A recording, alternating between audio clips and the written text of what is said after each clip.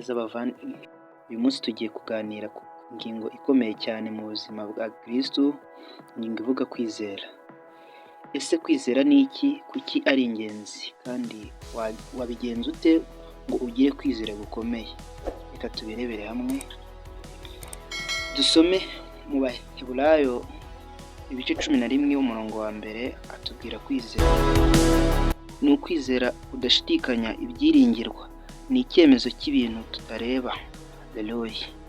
Ibi bivuze ko kwizera ari ukwiringira Imana nubwo utarabona ibisubizo. Byashoboka ko hari byinshi umuntu asaba Imana, ariko kwizera bivuze kwiringira Imana, ukizera Imana ko igusubiza kabona nubwo waba utarabona ibyo wayisabye.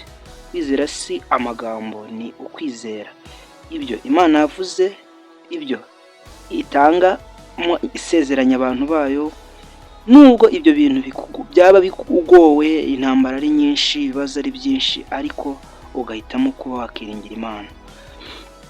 Bibiliya ivuga byinshi ku kwizera. Abantu benshi muri Bibiliya bagiye bagaragaza bizera Imana. Urugero twavugamo nka Aburahamu, yizeye Imana nkabona nubwo yari atarabona ibyo yasezeranyijwe ko azabona umwana, agoma kuyiringira kugeza ubwo yarenze agira imyaka 100 atarabona Imana, atarabona igitangaza, atarabona ibyo yamusezeranyije nko kuba iribuza abisekuruza w'amahanga yose, ariko agomeza kwiringira Imana ko izamugirira neza. Ategereza imyaka myinshi ariko ntiyacika intege. Ibi bitwigisha ko kwizera nyakuri gusaba kwihangana muri byose.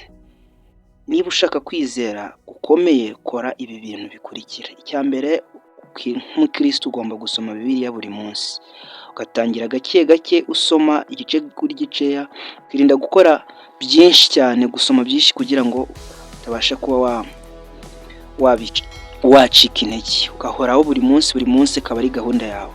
Ikindi, ukwiriye gusenga udacitse intege. Usengera mu ntege nke ntago byagakwiriye kukuranga nk'Umukristo ushaka kongera kugwiza ukwizera muri wowe. Ikindi, reka ijambo ry'Imana ritegeke muri wowe. Soma ijambo ry'Imana uritekerezeho umwanya munini. Irinde amagambo mabi akugusha, nko kwihuza n'abantu bari kuvuga amagambo akujyana kure y'Imana n'ibindi. Ikindi, hari byinshi byakwangiza kwizera kwa muntu. Icya mbere ni ugushidikanya. Gusa Imana ko yambwiye, nimba Imana ikubwiye ati ngukoreye ubukwe, wishidikanya, we byakire ko Imana ibyifuze inabisohoza. Ikindi, irinde gutinya cyane.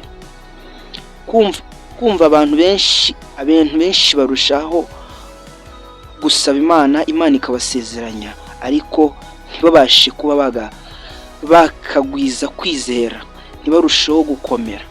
Ibyo bigabanya kwizera muri bo, kuko hari byinshi bahura nabyo.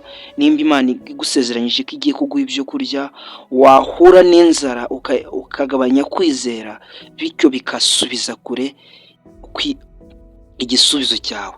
Mwene data, ndakwinginga kubw'imbabazi, ndetse ugwize kwizera iba iri intwaro ya mbere ikomeye mu buzima.